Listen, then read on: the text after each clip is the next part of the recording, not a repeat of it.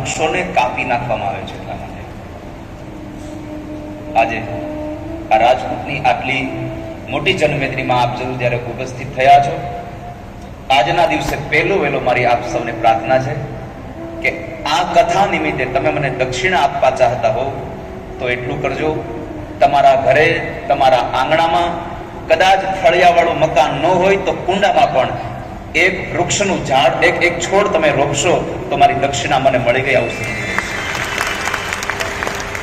આટલા બધા લોકો છેલ્લી બાકી એક તુલસીનો ક્યારો રોપે પોતાના ઘરે.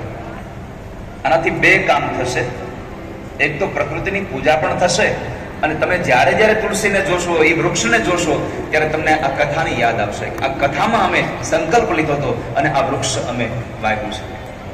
એકાદ વૃક્ષ એવું પણ થઈ જશે તમારા આંગણામાં કે વર્ષો સુધી એ વૃક્ષ હશે તો તમને વર્ષો સુધી આ કથા યાદ આવશે. પ્રકૃતિની પૂજા કરતી વાળા હશે.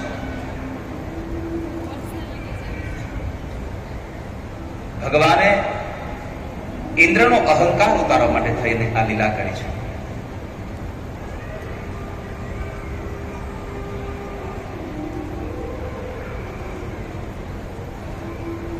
પ્રકૃતિની પૂજા કરાવી. પરમાત્માએ ઠાકોરજીને ભોગ લગાવ્યો.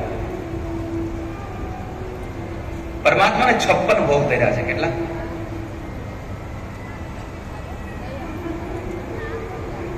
ન તો 55 રાખ્યા, ન 57 રાખ્યા, ભગવાનને 56 જ ભોગ રાખ્યા.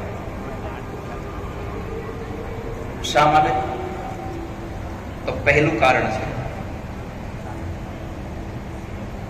ગોવર્ધન લીલા 7 દિવસ સુધી ચાલી અને એમાં એક દિવસના 8 પ્રહર હોય તો 7 દિવસ સુધી ભગવાનને ભોગ ન ધરી શક્યા. એટલે માં યશોદાએ 7 દિવસનો એક સાથે ભગવાનને ભોગ ધર્યો. 56 ભોગ. 7 8 બીજો એક અધ્યાત્મ જગતનો ભાવ. 56 નો આંકડો એટલે 5 અને 6. આ બેવનો સરવાળો કરો, કેટલો થાય? 5 + 6 કેટલા થાય?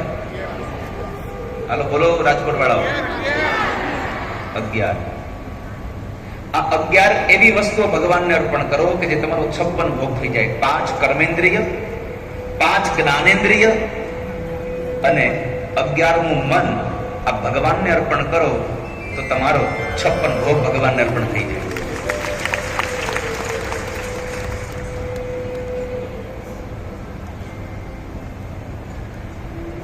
એ પરમાત્માએ ઇન્દ્રનો અહંકાર ઉતાર્યો. 7 દિવસ સુધી ભગવાને આ લીલા કરી અને 7 દિવસના અંતે ઇન્દ્રને ખબર પડી કે બ્રહ્મનો અવતાર થઈ ચૂક્યો છે. એકાંતમાં આવી અને ભગવાન ઠાકોરજી પાસે ક્ષમા માંગી રહ્યો છે. પરમાત્માની પાસે પ્રાર્થના કરી રહ્યો છે.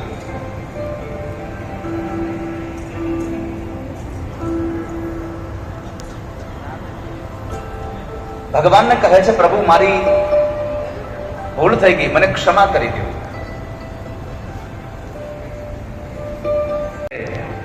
દંડને પાત્ર હોય છતાં પણ એને દંડ આપ્યા વગર તમે જો એને માફ કરી દો તો તમે મોટા શૂરવીર છો. ક્ષમા વીરસ્ય ભૂષણ.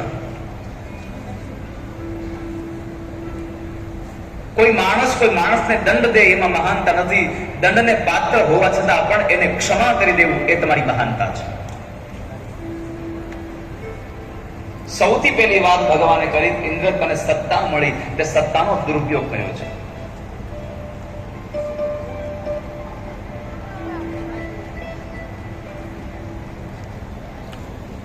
તારે સત્તાનો દુરુપયોગ ન કરવો જોઈએ. પ્રભુ તમારી કૃપાથી મને સત્તા મળી છે,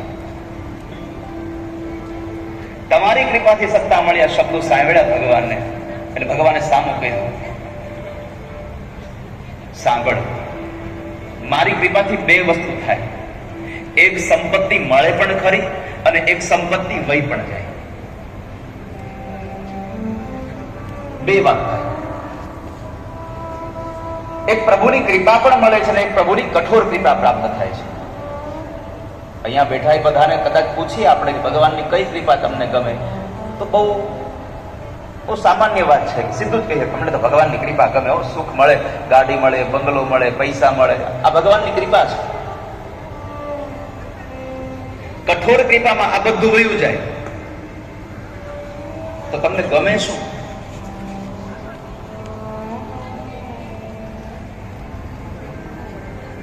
આ બધા સુખ ગમે છે, પ્રભુની કૃપા બહુ ગમે છે. વાલા વૈષ્ણવો, પરમાત્મા જ્યારે જે જીવાત્માને પોતાની નજીક લાવવા ઈચ્છે ને એને ભગવાન દુઃખ આપે છે, એના પર કઠોર કૃપા કરે છે. કારણ જ્યારે સુખ મળે ત્યારે આપણે પરમાત્માથી જુદા થઈએ છીએ, બહુ દૂર જતા જઈએ છીએ, અને દુઃખ આવે ત્યારે ભગવાનની નજીક હોઈએ છીએ.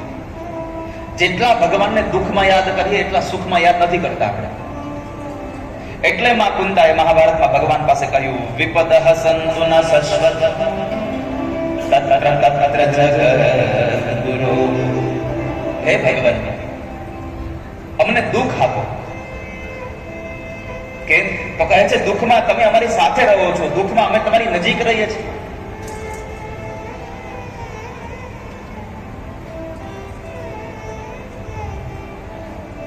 પ્રભુ, આપની જ કૃપાથી બધું પ્રાપ્ત થયું છે, પણ હું ક્ષમા માંગુ છું.